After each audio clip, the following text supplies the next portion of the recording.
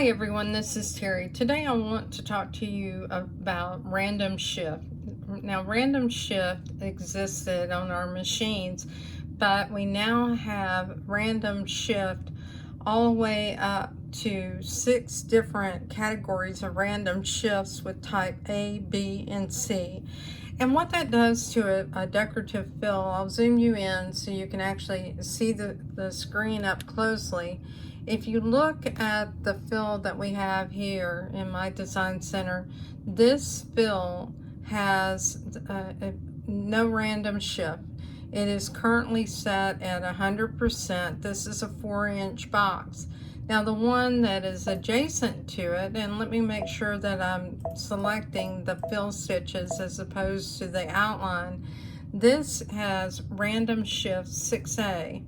So you can see that it's distorted it considerably. We'll go to the next box and it has random shift 6B. The next box has random shift 6C. So the thing that you're seeing with all of these boxes is that it skews it in a different way. With 6A, which is on the upper right, it looks like that it skews it, but it doesn't twist it as much as 6B. And 6C looks like it twists it even more. Now, I've also have examples of a lesser degree of random shift that I want to show you. And we'll go down to the bottom row. This is random shift 5A. Now, can you tell the difference between random shift 5A and random shift 6A? So that where I have my mouse is random shift 6A, and down here where I have the pointer is random shift 5A. Where you really notice it is whenever you go in and you look at lower random shifts, and this is random shift 3C. So the difference between random shift 3C and 6C is considerable, and you can see the difference between those two.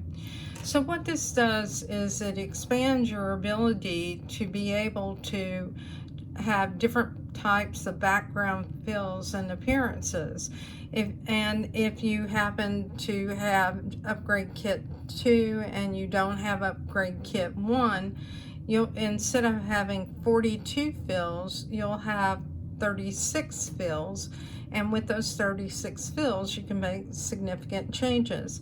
So random shift is right down here, and this is where you can select from 0 to 6, and this is where you can select types A, B, and C by using the arrow. Now, of course, whenever you select something, and I think I had 3C, what you want to do is to make sure you choose OK. Now let me show you how I created this in case you're brand new to your machine. So what I'll do is I'll go ahead and go to Home, which will clear my screen. I'll go to my Design Center. In my Design Center, I'll talk to you for a moment about the screen. This area right here is representing your line properties, and there are tools here. And I covered that in several of the lessons that I have both on YouTube, and then also in my Facebook group I have units that will help you find specific areas of your machine in the instruction. These are what I call your fill stitches and fill properties. So what we're going to do is look at some of the icons beneath it. We have an eraser, and then we have an icon that looks like a circle and square. That's called shapes. And what I did is I selected this shape here and chose OK. I moved it up here to the top, and then I just resized it. While it's selected with the red box around it, you can resize it, and you can do that by selecting size. Now I wanted it to be sized proportionally. I'm holding down the left mouse button. I like to use it when I'm recording videos because I really don't want my hands to be in front of the camera. I want you to have the best view possible. But it is easy to go ahead and do this with your finger. You can see that. So let me get it back to about 4 inches. If you hold it down, it moves very rapidly. and we'll just leave it right there. Now we'll choose OK. What I want to do is I want to duplicate that. So here's duplicate right here. You see this icon where my finger is. We'll duplicate that and just move this over. And if you wanted to select this box again, it really depends on what version of machine you have and what upgrades. Down here is how you select. And I happen to have a machine that has both upgrades, so I, in essence, have a Luminaire XP2, but my machine really was a Luminaire XP1 that was upgraded. These 3 selection boxes here were added as part of that upgrade. If you don't have upgrade kit 1, you will need to select using this icon, and you have to be cautious using that because you don't want to touch this box. So then what you would do, and I'll use my mouse so my hand's not in the way, you would click and at points and draw the line down below that box and reconnect again. And now you can see you selected it. If you touched a portion of the other side of the box, what would happen is that you would actually cut it as you moved it away. So now, because I do have both upgrade kits, I'll choose select all. I'm going to choose duplicate or copy, and that's right here again. We'll just take it while it has that red box around it, and we'll drag that down. And because we already have it on the clipboard, we can just go ahead and drag another one down. So they don't have to be perfect or perfectly aligned, but that just gives us some boxes to use. Now, if I touch anywhere outside of this, you can see that I no longer have anything selected. So we're going to go into the fills, and we're also going to look at the line properties. We'll go to the line properties first, and I want these designs to have a triple running stitch. So this is your zigzag, this is your double running stitch, triple running stitch, this is your candle wick stitch, chain stitch, this is your applique buttonhole type, or excuse me, your blanket stitch. And this is what I call a V stitch. And then these are motifs, so you can select different motifs if you wanted them for that outline. I'm just going to stick with something basic, and it's going to be this triple running stitch. And I'll choose a color, and I'll choose green and choose OK. Now you want to apply this to the entire outside, and what you want to do is fill that outside line. So that's why you're going to use the bucket, and all you have to do is just touch on each square, and you can hear the click noise whenever I do that, or the bing more or less. That's saying that I applied it. If I touch this again, that noise means that I already have applied it and I'm not making a change. All right, the next thing we're going to do is go into the properties for the fills. This is just your regular fill stitch. This is your stippling stitch, and these are all the decorative fill stitches, and you can see that I have several. So I have a total of 42 decorative fills. I'm going to choose number 40 and choose OK. I'll go ahead and select a red color because I like that. It shows up well on the screen. I'll take that bucket, and I'm filling the inside of each of these boxes with that decorative fill. Now I'm going to choose next, and I'll leave it at 100%. This is the size of this fill. It goes from 50% all the way up to 200%. The next icon is to change the direction of the fill. The next icon is whether or not you want to have an outline stitch around that fill. Well, I already have a running stitch around the box, so I don't need it.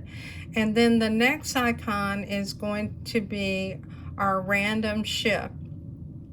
So what we're going to do is we're going to move over using the arrow key, and you can see I'm looking at the fill and I want this box, and this is where I go in and I change that random shift. And in this example we made it type 6C, so we went to the most extreme. And then we'll move over to the next box and we'll choose the arrow key. You can see it has a red box, and we'll change this one to 5C. So we'll choose the random shift and we'll change this to 5C and choose OK. And then we'll go ahead and choose the next box, and we'll make this one 4C.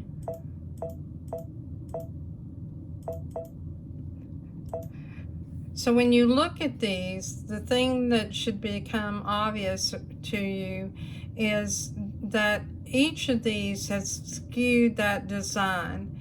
Now some of them have skewed it more than others, and what you may say, well, I don't really see a lot of difference between 6C, 5C, and 4C. Well, let's look at what it looks like instead, but with 6C, 6B, and 6A. So we'll go back using the back arrow, and let's make this is 5C. We're going to change this to 5B and choose OK. Now, do you see the difference between this and this?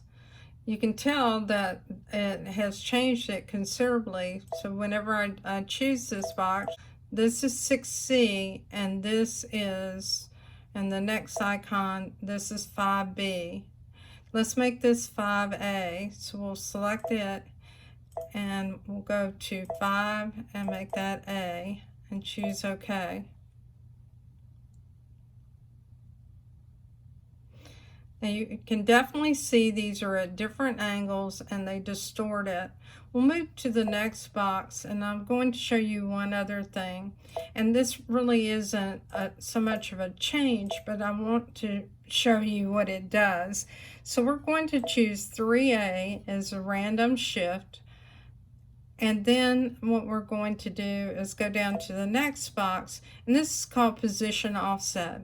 So what we're going to do is we're going to change this box in the lower right hand corner with the position offset so you can see that. So let me change it to, we'll change this to 3A, and then we're going to change the position offset so you can see the difference. So with the position offset, we can offset it from the top or from side to side, and what I'll do is I'll do that a little bit both ways so that you can see the difference. So do you see the difference in it? And there may not be that much of a difference, so what we'll do is we'll change that offset just a little bit more. So let's make it a positive change on the offset.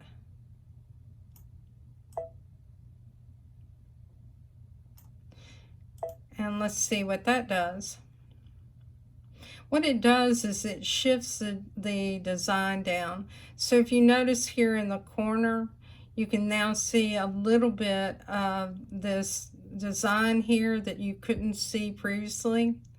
Now there's one last thing that I want to share with you, and that is thickness. Thickness represents how many times around a design is going to stitch.